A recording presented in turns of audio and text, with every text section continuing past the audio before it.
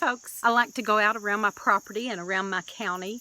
I live out in the country down little roads. We can just ride down through the roads and spot all kinds of wild edibles, and I like to go in the woods behind my house and find wild edibles and mushrooms, and I just love foraging. That's one of my favorite things to do. And I'm always looking for something new. I don't know it all, by no means. And so I'm always looking. If I find something, I'm not sure what it is, and I'll take a picture of it, take it back home and research it. Or I think it might be an edible, and I'll take a picture of it, take it back home, research it good, make sure I know what it is. And usually, once you spot something and you've identified it and went and picked it and took it back home, then after that, you usually know. You see it and you know, oh yeah, that's that, yeah. So once you get into this, and it's addictive, I'll warn you, it's addictive. Once you get into doing it and you start spotting things, once you identify them, you know them. There's usually no mistaking some of them. You have to be careful, yeah, but once you really identify them and use them, you know them from then on.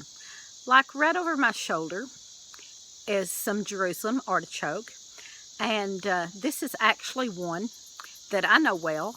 I love this, and I use it a lot, and it grows all over the place around here. I'm going to show you a spot where I found some on the side of the road, but this one just happens to be in my yard.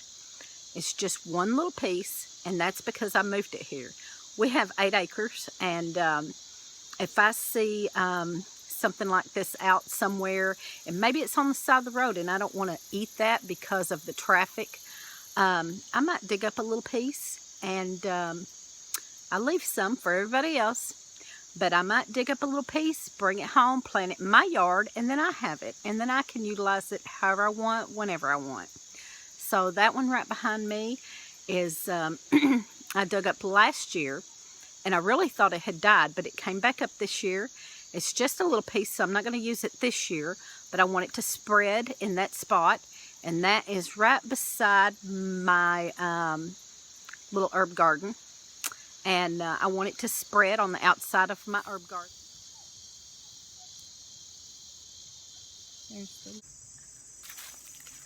They have tubulars that can be eaten like potatoes. So you can mark where these are at, and then come back when they start dying down a little. Come back and dig those up. There's other flowers that look similar, but when you get a good look at this plant, you know it when you see it.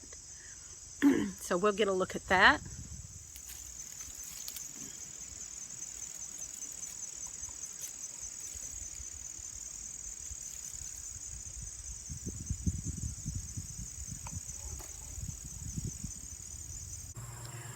Right behind me, folks, is some goldenrod.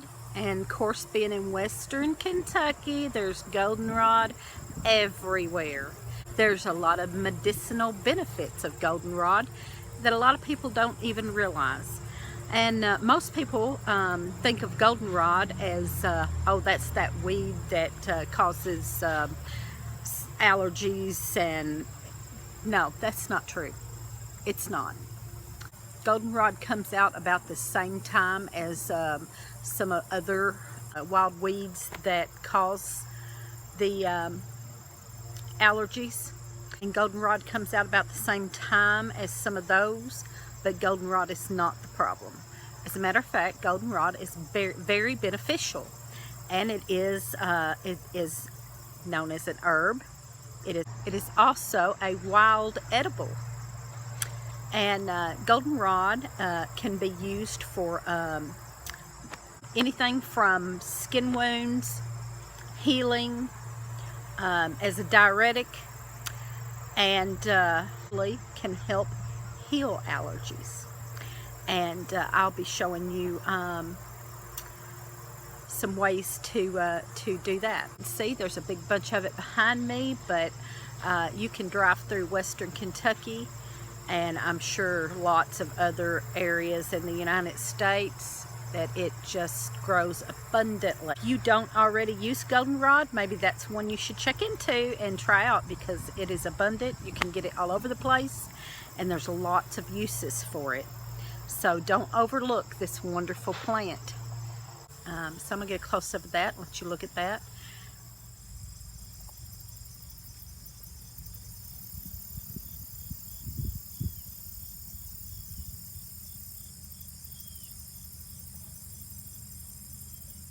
Another thing that grows all over the place around here is right behind me with the purple bloom on it.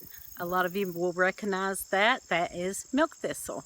It grows all over the place here, and we use it medicinally. It has a ton of medicinal property. One of the many medicinal uses for milk thistle is for liver, to help the liver.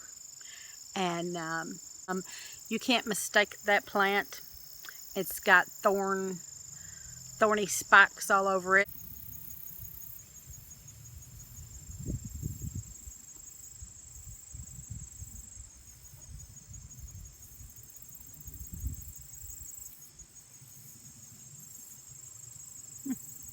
There's a butterfly on the milk thistle. How pretty is that? Across the road from our property is some jewelweed that you can see behind me. And jewelweed is good for a lot of things, especially treating poison ivy, poison oak, and it grows well wherever you find poison ivy and poison oak. You can usually find jewelweed close by. This is full-grown blooming jewelweed, but even when it's little, you can use the juice out of the jewelweed to apply for before you get in poison ivy or poison oak, or afterwards. And a lot of people make soap with it.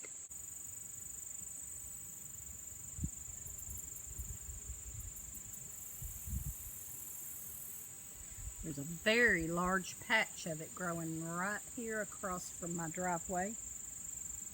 Gather some of this and make some ointment out of it, or some soap out of it. And growing. That just grows everywhere, probably in everybody's yard, or beside the yard, out in the field beside your house. I'm going to get a close-up of that and show you. Most people have this growing somewhere, and it's just plantain. I'll scoot back out.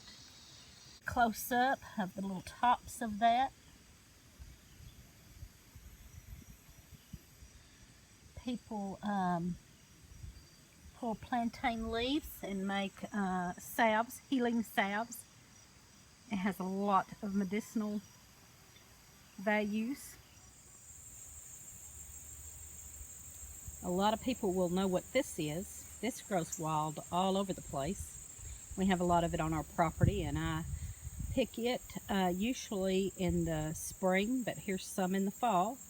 I usually start picking it in the spring and using it in salads, and I dry it for my green smoothies. And this is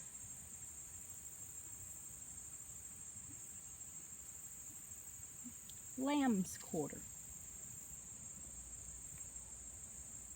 I don't know if you can see that good or not, but right here is some self-heal that we found growing wild on our property, and wasn't sure at first what it was. It usually has a purple bloom, and here, showing here, the blooms have already fell off, and we weren't sure at first what it was. My husband brought me up here and asked me what it was, and I had to look it up and find it. And so I looked it up, and here's a little one that's still kind of got a little bloom on it. There's what it looks like. Usually has the purple, little purple blooms all over it. This is starting to dry up, and I did pick some of it and dry it.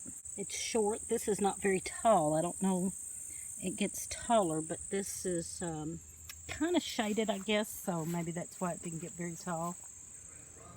Y'all get out there and find those wild weeds and herbs and use them. And y'all give us a thumbs up and subscribe and keep watching.